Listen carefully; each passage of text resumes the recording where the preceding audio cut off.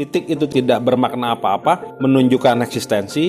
Garis itu menunjukkan masa, ruang, dan waktu. Segitiga menunjukkan aturan. Nah, 3 kelompok ini adalah gambaran yang paling mudah dari satu Akashic Record ya.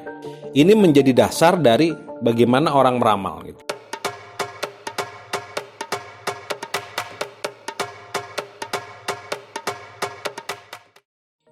Salam jumpa di Jurnal Hendra. Saya berharap kawan-kawan sehat di saat-saat cuaca yang ekstrim sekarang ini. Oke?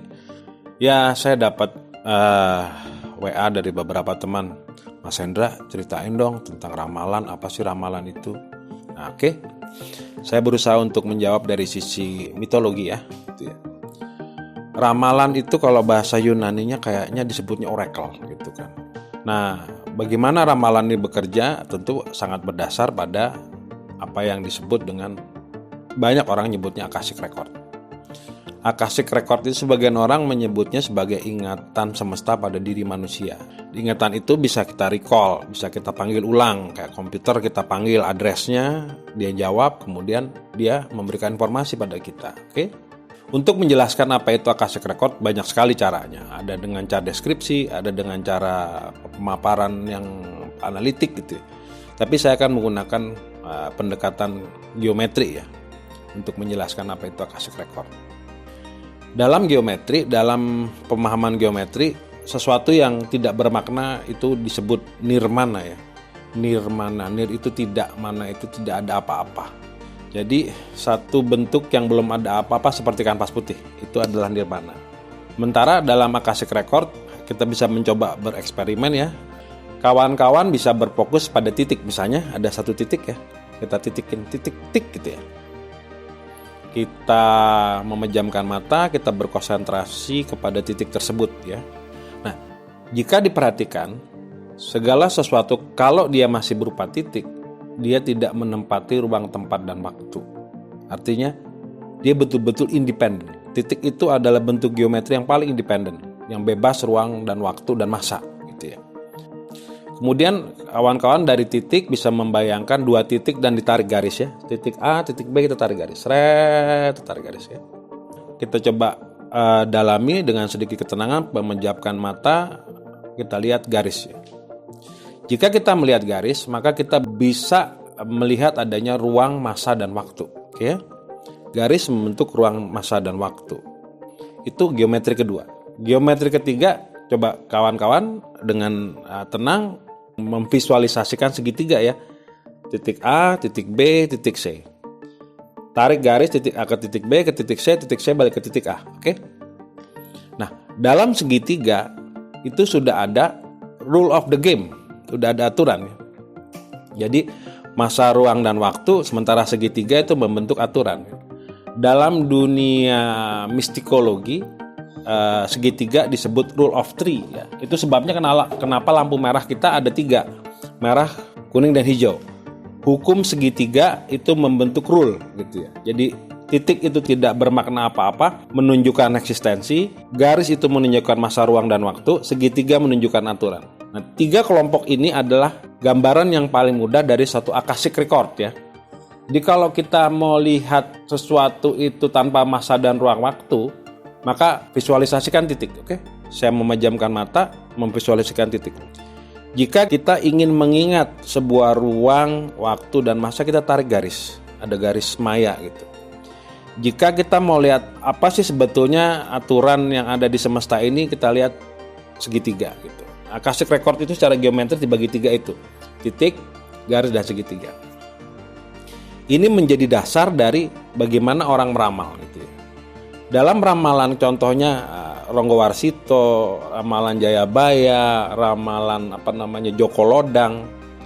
Contoh yang paling mudah kita cari contohnya ramalan Jayabaya ya. Ramalan Jayabaya membagi ramalannya pada 3 etape. Artinya ramalan Jayabaya berbicara tentang aturan, tentang rules dalam sebuah budaya dan peradaban. Karena dia membagi jadi 3. Kala Swara, Kali Yuga, Kali Sangkara ya. Itu dibagi 3 oleh Jayabaya. Sehingga Jayabaya ingin menunjukkan bahwa ramalan atau oracle of Jayabaya itu menunjukkan adanya aturan-aturan atau satu kejadian yang diatur oleh determinasi tertentu gitu. Dalam ramalan Jayabaya, masing-masing kala itu dibagi menjadi 7 bagian. Itu dia, dari 3, 7 itu adalah perulangan. Nah, jadi setiap numerologi memiliki artinya masing-masing. Tapi yang paling penting dikuasai yaitu 1, 2, dan 3. Hukum kesatuan, dualisme, dan rule of three. Ini adalah basis daripada cara pikiran kita berpikir tentang masa lalu, masa kini, dan masa depan. Oke?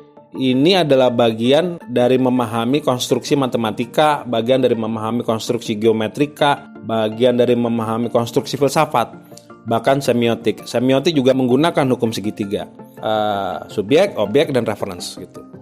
Jadi kalau kita ingin meramal tentang seseorang atau meramal sesuatu, maka kita bisa membentuk segitiga ramalan. Bagaimana masa lalu, masa depan, ini masa lalu, ini masa depan, masa kini adalah referensinya, titik di atasnya.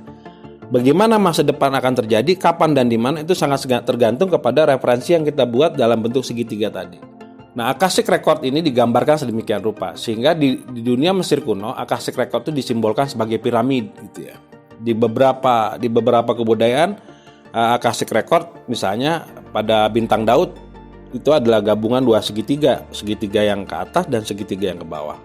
Nah, ini adalah pola-pola geometrika yang digunakan oleh para peramal untuk menghasilkan ramalan-ramalan terhadap kejadian-kejadian tertentu. Ini yang disebut oleh banyak orang yang mungkin saya sebutkan sebagai Akashic Record. Jadi apabila saya berpikir titik, saya berpikir Tuhan. Berpikir dualisme, berpikir tentang penciptaan. Berpikir segitiga, berbicara tentang bagaimana alam semesta bekerja. Nah, ini semua tidak terlalu sulit sebenarnya untuk dipahami, tidak terlalu sulit untuk dipraktekkan. Nah, Akashic Record ini menjadi pengantar bagi kita untuk membahas ramalan-ramalan yang klasik yang ada di Pulau Jawa, Ronggowarsito, Jayabaya, Sabdo Palon. Ini akan kita gunakan, akan kita korporasi dengan pendekatan Akashic Record gitu. Kok bisa-bisanya mereka meramalkan sesuatu? Kenapa bisa ngeramal seperti itu? Kenapa ramalan Jayabaya itu banyak sekali yang nampak sebagai muncul kebetulan itu menjadi kenyataan gitu? Kok bisa gitu? Karena itu tadi, bahwa ramalan-ramalan yang dibuat oleh para pujangga itu memenuhi hukum Akashic Record. Oke, kita akan lanjut lagi selanjutnya kepada satu persatu ramalan. Kali ini kita sudah mendapatkan fondasi dasar tentang Akashic Record dan bagaimana Akashic Record bisa menimbulkan pengetahuan tentang masa lalu, masa kini, dan masa depan sebagai satu kesatuan. Ikuti terus Jurnal Hendra, kita akan bahas satu persatu. Hari ini kita sudah selesai dengan Akashic Record. Kalau ada pertanyaan tentang Akashic Record, tolong diberikan komen di bawah. Sebisa mungkin kita akan jawab. Oke, begitu kira-kira hari ini. Salam sehat selalu. Jumpa lagi di Jurnal Hendra pada ramalan-ramalan klasik di Pulau Jawa. Salam jumpa.